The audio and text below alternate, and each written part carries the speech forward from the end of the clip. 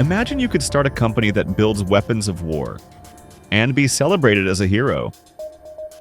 Sounds absurd? Welcome to the world of Palmer Luckey. At 19, he revolutionized virtual reality. At 22, he sold his startup to Facebook for $2 billion. And at 25, he founded a company that builds autonomous killer drones for the US military. Today, Anduril Industries is worth over $30 billion, more than triple what it was just 2 years ago. But here's the question nobody's asking. What happens when Silicon Valley starts waging wars? Let's be honest, we all know this feeling. The world is getting more complicated. The news floods us with crises: Ukraine, the Middle East, Taiwan. And somewhere out there, companies are developing technologies we don't understand, but that will change our lives. We want to be informed. We want to understand who's making the decisions that shape our future. But the truth is, most of us have no idea who's really pulling the strings. And that's exactly why we need to talk about Anduril. Because this company represents a new era. Tech billionaires who no longer just build apps, but weapons. Chapter 1. How Palantir and Peter Thiel created the blueprint for Anduril. Before we get to Palmer Luckey, we need to talk about another company. One that paved the way for Anduril? Palantir Technologies. Founded in 2003 by Peter Thiel, the same investor who would later fund Anduril. Palantir builds software that analyzes data. Sounds harmless, right? Except this software is used by the US military to hunt terrorists, by intelligence agencies to run surveillance networks, and by immigration and customs enforcement to locate and deport people. Palantir recently received a $30 million contract for a system called Immigration OS, an AI platform that tracks migrants in real time and prioritizes deportations. Former employees have publicly criticized the company. They say, the ethical principles Palantir was founded on are now being trampled underfoot. And here's the crucial point. In June 2014, Palmer Luckey and Trey Stevens, a former Palantir employee, met at a conference on a small island off the coast of Canada, an event organized by Peter Thiel's Founders Fund. Both realized there are hardly any startups in Silicon Valley working for the US military, and both saw an opportunity. 3 years later, they founded Anduril, named after Aragorn's sword from The Lord of the Rings. The Flame of the West. Chapter 2. Who is Palmer Luckey? From garage to $2 billion exit. But who is this Palmer Luckey anyway? My name is Palmer Luckey. I started my career when I founded a virtual reality company called Oculus VR. Born in 1992 in Long Beach, California?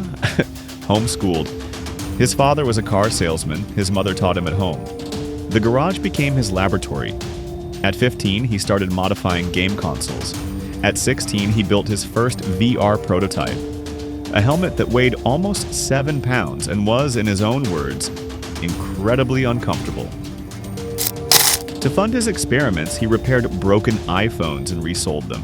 He made around $36,000. He worked as a sailing instructor, as a boat repairman. Every dollar went into VR headsets. In total, he built over 50 different prototypes. He posted his progress on online forums, openly, for anyone to see. The idea was literally out there for anyone to steal, but nobody did. Because at that time, nobody believed in VR anymore. The technology was considered dead until John Carmack came along, the legend behind Doom and Quake. He discovered Luckey's work online and asked for a prototype. The presentation at the E3 gaming convention made Palmer famous overnight. The Kickstarter campaign exploded, $2.4 million. And just 2 years later, Mark Zuckerberg bought Oculus VR for $2 billion. Palmer Luckey was 22 years old, rich, famous, a genius. And then things got dark. In 2016, during the US presidential campaign, it was revealed Palmer Luckey had donated $10,000 to a pro-Trump group that spread anti-Hillary Clinton memes on the internet. The backlash was massive. Reddit users who had once celebrated his VR dreams turned against him. Facebook got nervous. In March 2017, Luckey left the company. He claimed he was fired for his political views. Facebook denied it. But here's where the story gets really interesting. Instead of retreating, Luckey founded Anduril Industries just 3 months later. With Trey Stevens from Palantir, with Brian Schimpf, another former Palantir manager, and with money from Peter Thiel's Founders Fund. The first major contract? Surveillance towers on the border between the US and Mexico.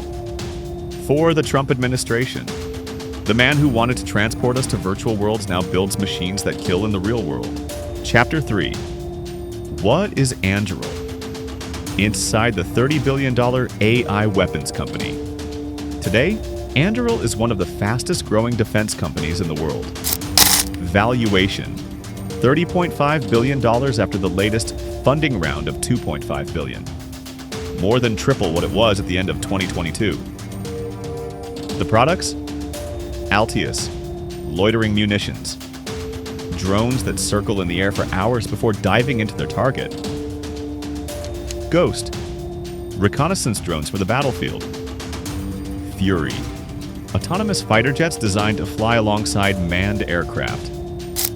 Lattice, the AI software that ties it all together. Luckey claims his drones have destroyed hundreds of millions of dollars worth of Russian targets in Ukraine. He personally delivers to Taiwan. Palmer Luckey pays himself a salary of $100,000 a year, while his company is worth billions. He wears Hawaiian shirts and sandals. He looks like a surfer, not an arms dealer. And that's exactly the problem. The new generation of the defense industry doesn't come in suits and ties anymore. It comes with a move fast and break things mentality. But what happens when the things that break are human lives? Chapter 4. Anduril's drones in Ukraine. The uncomfortable truth. But here's the uncomfortable truth. Investigations have shown. In tests, Anduril drones crash. 2 Altius drones simply fell from the sky during an Air Force demonstration. The Ghost drones struggled against Russian electronic warfare in Ukraine and failed. Ukrainian security forces completely withdrew Altius drones from service in 2024. Too many crashes. Too many missed targets. Anduril's response? Failure is an essential part of the development process. That might apply to startups building apps. But for weapons designed to kill people?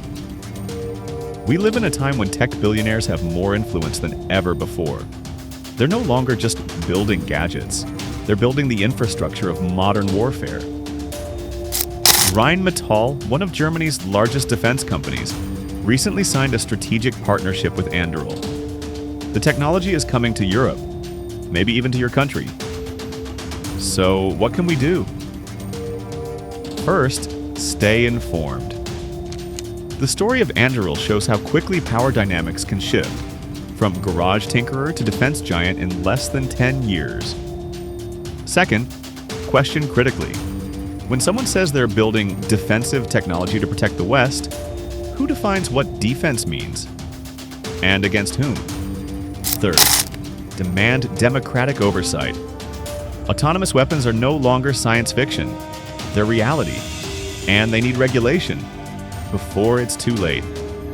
Palmer Luckey wanted to transport us to virtual worlds. Instead, he changed the real world in a way that should concern many of us. He's 33 years old, a billionaire, and he's building the weapons of the future.